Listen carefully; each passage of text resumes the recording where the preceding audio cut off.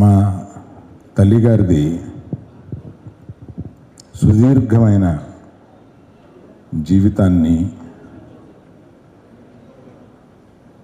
మేము ఎందుకు ఆమె ఈ ప్రయాణాన్ని, ఈ చివరి దశని వీడ్కోలుగా, అంటే మీరందరూ బయట ఆ బోర్డు చూసుంటారు,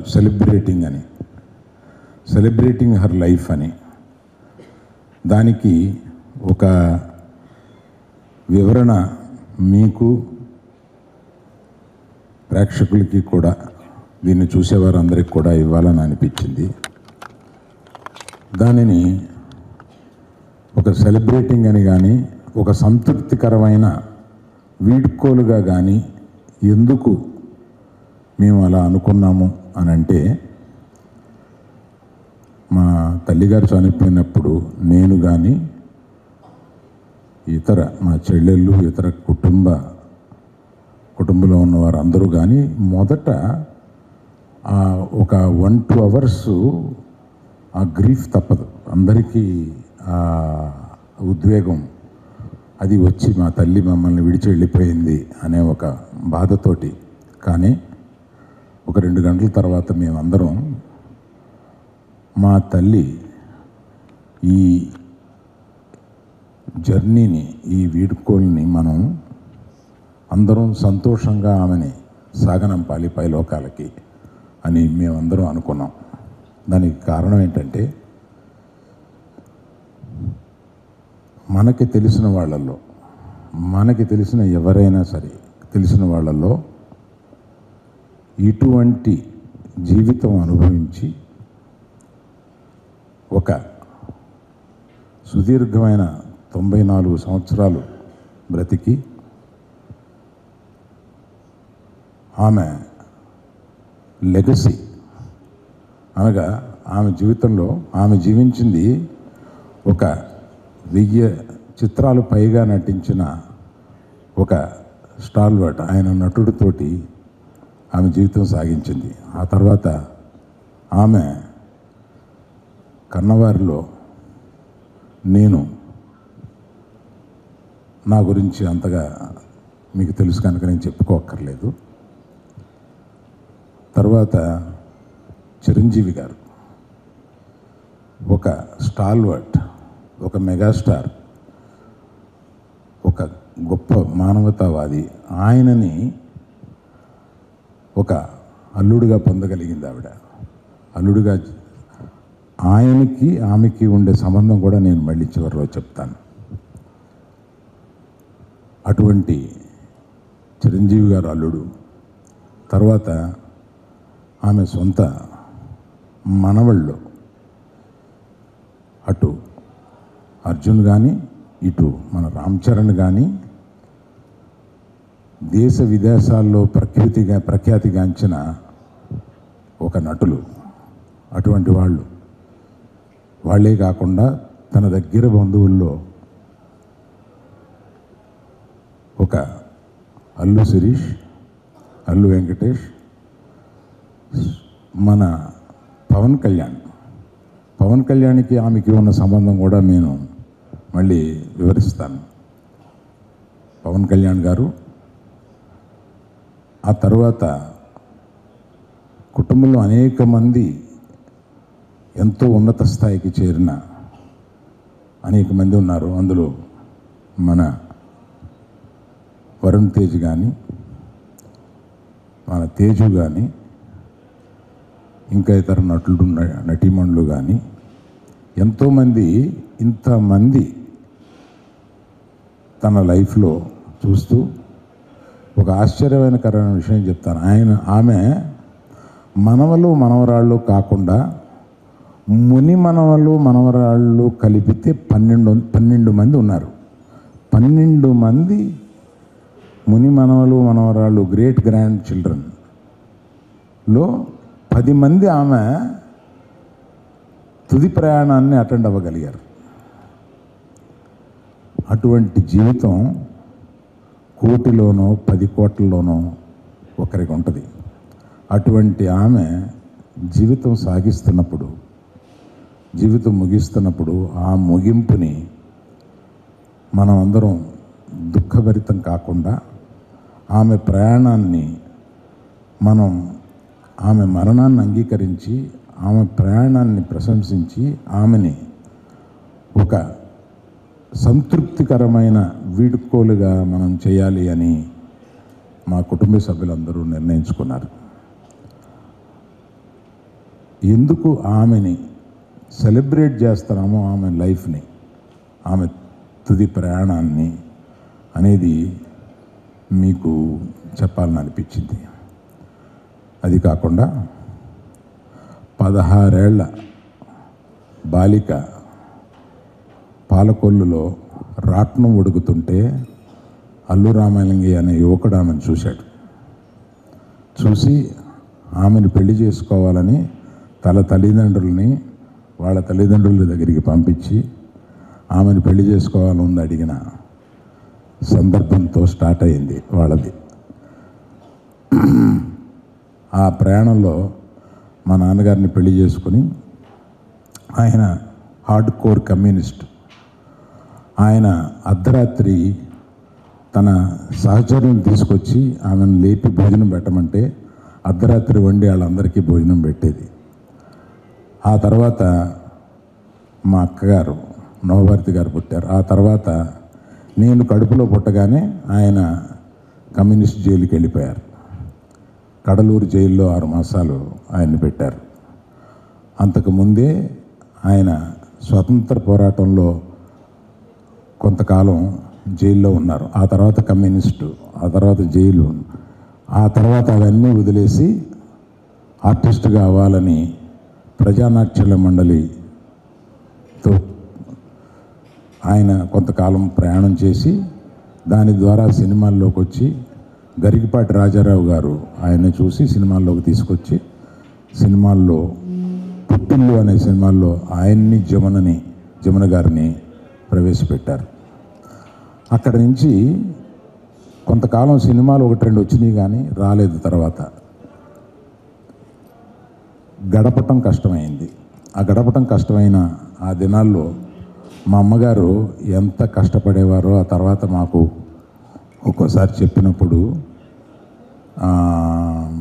చాలా బాధగా ఉండేది. కానీ ఆ కష్టాలన్నీ ఆవిడ ఆయన తట్టుకొని ఇక్కడ ఉండి నిలబడి మూగ మనసు సినిమా తర్వాత ఆయనకు ఒక చిన్న స్టార్డమ్ లాంటిది వచ్చి అక్కడ నుంచి ప్రయాణం సాగించారు. అటువంటి మా తల్లిగారు ఇటువంటి ప్రయాణం సాగించిన వారి చరిత్రని బ్రీఫ్గా మీకు చెబుదాం. ఎక్కువ కొంతకాలం తర్వాత నేను మొట్టమొదట నాకు పెళ్ళయిన తర్వాత 25 సంవత్సరాల పాటు నా భార్య, మా అమ్మ, నాన్న, మేము అందరం కలిసి ఉండేవాళ్ళం 10 సంవత్సరాల దాకా. ఆ తర్వాత అప్పుడు చాలా అన్యోన్యంగా ఉండేవాళ్ళు. మా అమ్మగారి దగ్గర కానీ మా కుటుంబ సభ్యుల దగ్గర కానీ ఆ సాన్నిహిత్యం గురించి నేను ఎక్కువ ఇక్కడ విడిగా చెప్పే సందర్భం కాదు కాబట్టి చెప్పటం లేదు. మా నిర్మల, నా భార్య, ఎంతో చక్కగా వాళ్ళిద్దరూ 25 సంవత్సరాల తర్వాత మీకు తెలిసిన పరిస్థితుల్లో ఇక్కడికి వచ్చేసాం, హైదరాబాద్, మద్రాసు నుంచి. మా నాన్నగారు రాలేదు. ఫ్యూ ఇయర్స్ తర్వాత మా నాన్నగారిని కూడా ఇక్కడ తీసుకొస్తానంటే ఆయన నాకు సొంత ఇల్లు కట్టి, అప్పుడు నేను అద్దెంట్లో ఉంటున్నాను, నేను సొంత ఇల్లు కట్టి సొంత ఇంట్లోకే వస్తాను అని అంటే నేను అప్పుడు వెంటనే 6 మాసాల్లోనే ఒక సొంత ఇల్లు కట్టి ఆయన తీసుకొచ్చి మా అక్కగారు, మా తండ్రి గారు, తల్లి గారు ఒక ఇంట్లో ఉన్నారు. ఆ తర్వాత కొంతకాలానికి బన్నీ యొక్క ఆర్య రిలీజ్ అయ్యి ఆ సక్సెస్ ఫంక్షన్ అటెండ్ అయిన తర్వాత ఆయన చనిపోయారు. అంటే మనోడి సక్సెస్ కూడా చూసిన తర్వాత ఆయన చనిపోయారు. ఆయన చనిపోయిన తర్వాత మా అమ్మ, అక్క ఒంటరిగా ఉన్నారు. మా అమ్మగారు చాలా ఇండిపెండెంట్ మనిషి. ఆమె మా ఇంటికి రమ్మన్నా, మా చెల్లెలు వాళ్ళ ఇంటికి రమ్మన్నా నేను ఎక్కడ ఉండను, నేను విడిగానే ఉంటాను అంటే నాకు పెద్దవాళ్ళు అయ్యారు కదా అని భయం వేసి మా చెల్లెలు వసంతలక్ష్మి భర్త డాక్టర్ వెంకటేశ్వరరావు గారు ఒక డాక్టర్ పక్కనే ఒక స్థలం దొరికితే తీసుకొని అందులో ఒక ఇల్లు కట్టి మళ్ళీ వాళ్ళని అక్కడ పెట్టాను. ఒక వికెట్ గేట్ ఒకటే డాక్టర్ గారికి వీళ్ళకి మధ్యలో ఉంటుందన్నమాట. అట్లా ప్రొటెక్ట్ చేసుకుంటూ చాలా కాలం, అంటే రాత్రుళ్ళు నా ఫోను పగల దొరకదేమో కానీ రాత్రుళ్ళు దొరుకుద్ది. రాత్రి 10 నుంచి పొద్దున్న 6 వరకు ఎప్పుడు చేసినా ఏంటంటే తల్లిదండ్రులు ఎప్పుడు ఏ అవసరం ఉంటుందో ఏ ఎమర్జెన్సీ ఉంటుందో అని ఇప్పుడు ఆన్ చేసుకుని నైటు పెద్ద వాల్యూమ్ పెట్టుకుని పడుకునేవాడిని. అట్లాంటి భయంతో మా అమ్మని అక్కని తీసుకొచ్చి ఆ ఇంటి పక్కనే వించి అలాగా కొంతకాలం ఉన్న తర్వాత మా అక్కగారు చనిపోయారు. మా అక్కగారు చనిపోయిన రోజు నుంచి నేను ఆమెతోటి రోజు భోజనం చేస్తూ ఉండేవాడిని. అంటే పెద్దవాళ్ళు ఒక యాంకర్ లేకపోతే 1 ఇయర్లో చనిపోతారు. మీరందరూ కూడా చూసి ఉంటారు అది. అంటే మా నాన్నగారు చనిపోయారు, అక్కడ మా అక్కగారు చనిపోయారు, తర్వాత మా అమ్మ ఒంటరి అయిపోయింది. ఈమె కూడా 1 ఇయర్లో వెళ్ళిపోద్ది అని అనిపించి నాకు 10వ రోజు నుంచి నేనే మా అమ్మ దగ్గరికి రోజు మధ్యాహ్నం భోజనానికి వెళ్ళేవాడిని. సో ఆవిడకి ఒక యాంకర్, వాడు ఏం తింటాడు, ఏముంటాడు, ఏం వండాలి, ఇలాంటి దాని మీద ఆమెకు ఒక యాంకర్ క్రియేట్ చేసి తర్వాత లాస్ట్ 2 ఇయర్స్లో ఆమె అస్వస్థతకు గురవుతుందని చెప్పి మా చెల్లెలు వసంతలక్ష్మి ఆ వికెట్ గేట్ తీసేసి తన ఇంట్లోకే తీసుకొచ్చి పెట్టుకుని డాక్టర్స్ పర్యవేక్షణలో ఆవిడని రక్షిస్తూ వచ్చారు. అటువంటి ఆమె ఈ ప్రయాణంలో ఆమె ముగించిన ఈ తరుణంలో నేను కొంతమందికి తప్పనిసరిగా కృతజ్ఞత చెప్పుకోవాల్సి ఉంది. దానికి కూడా ఇదొక కారణం. నాకు బంధువు కాకపోయినా, మా ఎవరికి బంధువు కాకపోయినా ఒక సహాయకురాలుగా వచ్చి మా అమ్మని ఏకదృష్టితోటి, అంటే ఒక కూతురు కన్నా ఎక్కువ కింద ఆమెని ప్రేమించి ఆమెను దగ్గరుండి చూసుకుంది బొక్క లక్ష్మి అని. ఆ లక్ష్మికి నేను ఏమి చేసినా నా కృతజ్ఞత తీర్చుకోలేను, ఎంత డబ్బు ఇచ్చినా నా కృతజ్ఞత తీర్చుకోలేను. ఎందుకంటే ఆ లక్ష్మి అనే ఆవిడ అంత చక్కగా మా అమ్మని ఏ చిన్న విసుగు లేకుండా అంత ప్రేమిస్తూ చూసింది కనుక ఆమెకి నేను చెప్పుకోవాలి.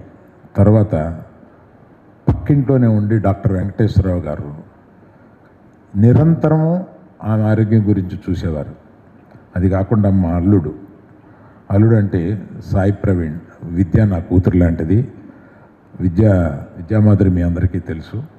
ఆ విద్యామాధురి భర్త సాయి ప్రవీణ్, డాక్టర్ సాయి ప్రవీణ్ అపోలోలో చేస్తూ ఉంటారు. ఆయన అర్ధరాత్రి, అంటే ఆయన ఒక 10 నిమిషాలు లోపే ఉండేవారు. అర్ధరాత్రి ఎన్నిసార్లు వచ్చారో ఆమెకి ఏదైనా చిన్న అస్వస్థత ఉన్నా కూడా ఆయనకి, అపోలో యాజమాన్యానికి కూడా మేము కృతజ్ఞత చెప్పాలి. తర్వాత అపోలోలో డాక్టర్ సుబ్బారెడ్డి అని ఒక డాక్టర్ గారు ఉన్నారు. వీళ్ళందరూ కలిపి మా మదరు ఇన్నాళ్ళు ఆరోగ్యంగా ఉండడానికి, ఆమె ఎక్కువ అనారోగ్యంగా గురి అవ్వకుండా ఉండడానికి వీళ్ళందరూ కారణం. వాళ్ళందరితో పాటు నా స్నేహితుడు గోపీచంద్ ప్రతిదానికి నన్ను అడ్వైస్ చేస్తూ మా అమ్మని ఎలాగ లాంజివిటీ తీసుకురావాలి అనే దాని మీద అతను కూడా ఎప్పుడూ నన్ను అడ్వైస్ చేస్తూ ఉండేవాడు. ఇది కాకుండా అమ్మని, అంటే మా అమ్మ లాస్ట్ 1 ఇయర్ ఐసీయూకి పంపకూడదు ఈమెకి ఆర్టిఫిషియల్ వెంటిలేషన్ ఇవ్వకూడదని కుటుంబంలో నిర్ణయం తీసుకొని అపోలో నుంచి ఒక ఐసీయూఏ తీసుకొచ్చి ఆవిడ బెడ్రూమ్లో, ఆవిడికి కనపడదు కానీ ఆవిడ వెనకాల టోటల్ ఐసీయూ ఎక్విప్మెంట్ ఉంటుంది. అలాగా ఐసీయూని ఆవిడ దగ్గర తీసుకొచ్చాం కానీ ఆవిడని ఎప్పుడు ఐసీయూకి తీసుకెళ్ళలేదు. అది కాకుండా ఆమెని నిరంతరం ఒక 2 నర్సులు, ఈ లక్ష్మి అందరూ చూస్తూ ఉండేవారు. ఆ నర్సుల్లో ఆమెని చివరి వరకు జాగ్రత్తగా చూసుకున్న వాళ్ళల్లో శివపార్వతి, క్రాంతి, నిషా అనే 3 నర్సులకి నేను మనస్ఫూర్తిగా కృతజ్ఞత తెలియజేస్తున్నాను. ఇట్లాగా ఆమె ఇంతటి లైఫ్ని ఇలా సెలబ్రేట్ చేసుకుంటూ ఆవిడ వీడ్కోల్ని మేము విషాదకరంగా కాకుండా వీడ్కోల్ని ఆమె జీవిత ప్రయాణాన్ని ఒక సంతృప్తిగా మేము ఆమెను సాగనంపాలి అనే దీంతో మేము సాగనంపాము. ఆమె ఏ లోకాన ఉన్నా ఇవాళ మిమ్మల్ని అందరినీ కూడా ఆవిడ అక్కడి నుంచి దీవిస్తుందని చెప్పి మనస్ఫూర్తిగా నమ్ముతున్నాను. కళ్యాణ్ బాబుకి ఆమెతో ఉన్న ఒక సంబంధం చెప్పాలి. ముందు కళ్యాణ్ బాబు గారి గురించి చెప్తాను. కళ్యాణ్ బాబు సినిమా యాక్టర్గా కాకముందు మామూలుగా ఖాళీగా ఉంటున్న రోజుల్లో ఆమె కళ్యాణ్ బాబుని కళ్యాణి అని పిలిచేది. బాబు కళ్యాణి, చక్కగా ఉన్నావు, నువ్వు సినిమాల్లో చేయొచ్చు కదా అంటే, నాకు ఇబ్బంది అండి, నాకు సిగ్గండి ఏదో చెప్పేవాడు. కాదు నాయన, నువ్వు సినిమాల్లో చేయాలి కళ్యాణ్. ఇది కళ్యాణ్ బాబు గారు కూడా ఒక స్పీచ్లో చెప్పారు. అది మీ అందరి దగ్గర ఉండే ఉంటుంది. ఆయన్ని సినిమాల్లో చేయాలని చాలా ఎంకరేజ్ చేస్తూ నన్ను కూడా, ఎరా చక్కగా ఉన్నాడు, కళ్యాణ్ని పెట్టు, సినిమా చేయాలి కదరా అని ఇట్లాగా కళ్యాణ్ని ఎంకరేజ్ చేసిన తొలి ఎంకరేజ్మెంట్లో ఒక ఆవిడ.